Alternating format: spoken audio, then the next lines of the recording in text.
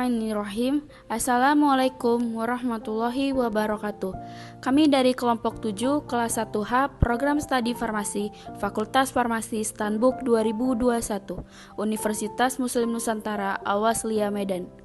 Di sini kami akan mempresentasikan tugas akhir makalah kami dengan mata kuliah Mikrobiologi dan Virologi yang dosen pengampunya Ibu Yayu Putri Rahayu SSI MSI yang berjudul Angka Paling Mungkin atau MPN Most Probable Number.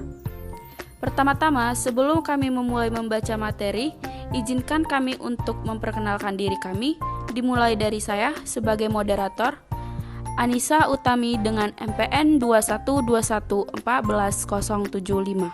Halo, perkenalkan, saya Restu Iwani Fitri, NPM 2121140034. Halo, nama saya Nazla Nandapadiah, NPM 2121140073. Halo, perkenalkan, nama saya Nadia Sakila Dinia, NPM 2121140108. Hai, perkenalkan nama saya Repi Maris Karitonga, NPM 2121140092. Hai, nama saya Rizka Aulia Rahmi Utoyo, NPM 2121140068.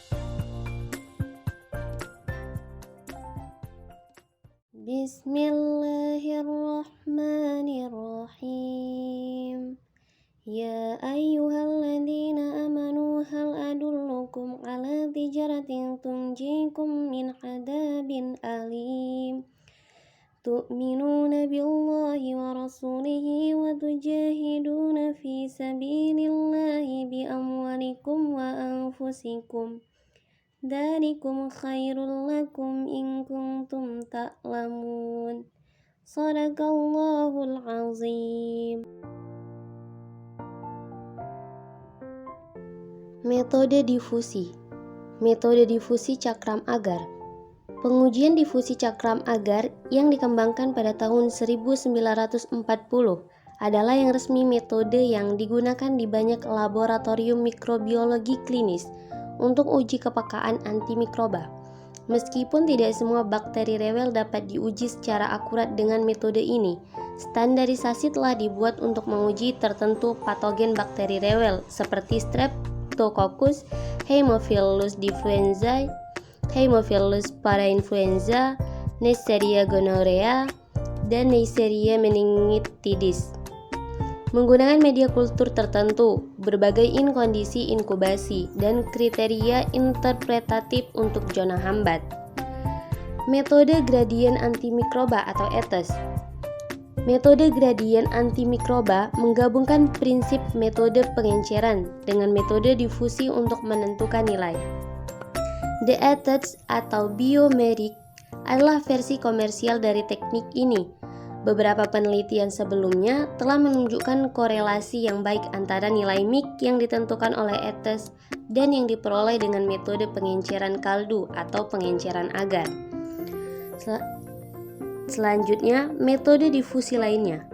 Metode difusi yang lebih lanjut digunakan dalam mikrobiologi, dicari kembali di laboratorium untuk menyaring ekstrak, fraksi, atau zat murni untuk potensi antimikroba mereka atau untuk menyelidiki antagonisme antar mikroorganisme. Selanjutnya, adapun difusi sumur agar. Metode difusi sumur agar banyak digunakan untuk mengevaluasi aktivitas timirobial tanaman atau ekstrak mikroba. Selanjutnya, metode difusi sumbat agar. Metode difusi sumbat agar sering digunakan untuk menyoroti antagonisme antara mikroorganisme dan adapun prosedurnya, yaitu mirip dengan yang digunakan dalam metode difusi Dix. Selanjutnya, metode garis silang. Metode garis silang digunakan untuk menyaring mikroorganisme dengan cepat untuk antagonisme. Strain mikroba yang menarik diunggulkan oleh A garis tunggal di tengah pelat agar. Selanjutnya yang terakhir, adapun metode makanan beracun. Metode makanan beracun sebagian besar digunakan untuk mengevaluasi anti jamur efek terhadap cetakan. Selanjutnya ada kromatografi lapis tipis atau KLT bioautografi. Teknik ini menggabungkan TLC dengan metode deteksi biologis dan kimia. Beberapa pekerjaan telah dilakukan pada penyaringan ekstrak organik, terutama ekstrak tumbuhan untuk aktivitas antibakteri dan anti jamur oleh TLC bioautografi. Baiklah, seperti yang sudah ditunjukkan di bawah ini, ada 3 bioautografi teknik, yaitu difusi agar, bioautografi langsung, dan agar-agar uji overlay. Telah dijelaskan untuk penyelidikan anti senyawa mikroba. Yang pertama, teknik difusi agar. Difusi agar-agar Luga dikenal sebagai metode kontak agar. Ini adalah yang paling sedikit dikerjakan. Salah satu tekniknya ini melibatkan transfer dengan difusi agen antimikroba dari kromatogram PC atau TLC ke agar piring yang sebelumnya diinokulasi dengan mikroorganisme yang diuji. Pada difusi agar, penghambatan pertumbuhan zona muncul di tempat di mana senyawa antimikroba kontak dengan lapisan agar. Yang kedua ada teknik bioautografi langsung. Teknik ini adalah metode yang paling banyak diterapkan di antara ketiga metode yang lain. Bioautografi langsung dapat digunakan dengan jamur atau bakteri. Ini adalah teknik termudah untuk mendeteksi anti jamur zat dan juga memberikan hasil yang konsisten untuk menghasilkan spora jamur seperti Aspergillus, Penicillium, dan Cladosporium. Untuk bakteri, ada Bacillus subtilis, Staphylococcus aureus, dan Escherichia coli strain yang sering digunakan untuk mengidentifikasi senyawa antibakteri. Yang ketiga ada teknik bioassay lapisan agar. Teknik ini juga dikenal sebagai bioautografi imersi. Ini adalah hibrida dari kedua metode sebelumnya. Metode ini dapat diterapkan untuk semua mikroorganisme seperti Candida albicans dan jamur. Ini memberikan yang terdefinisi dengan baik, zona penghambatan pertumbuhan dan tidak sensitif terhadap kontaminasi. Secara keseluruhan, TLC bioautografi adalah sederhana, efektif, dan teknik mahal untuk pemisahan campuran kompleks.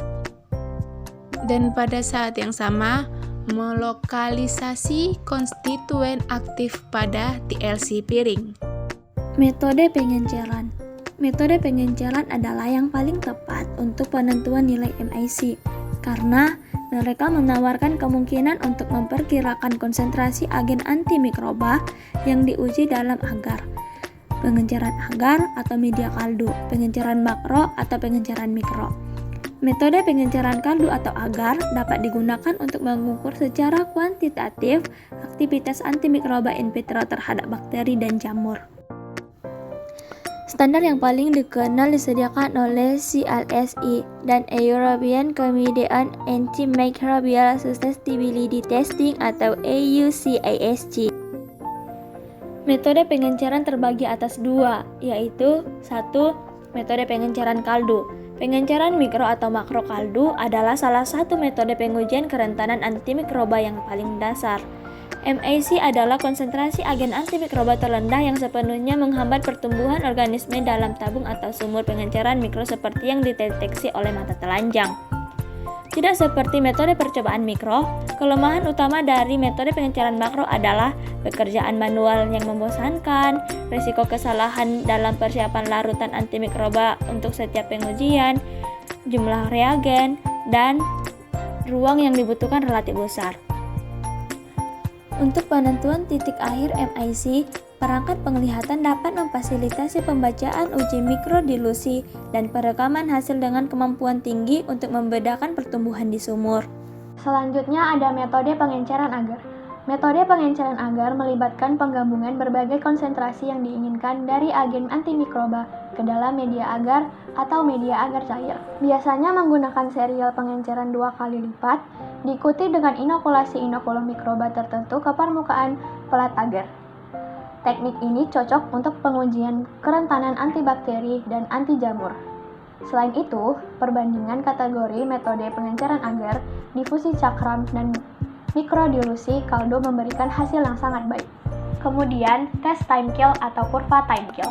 Uji time kill adalah metode yang paling tepat untuk menentukan efek bakterisida atau fungisida. Ini adalah alat yang kuat untuk memperoleh informasi tentang interaksi dinamis antar agen antimikroba dan strain mikroba.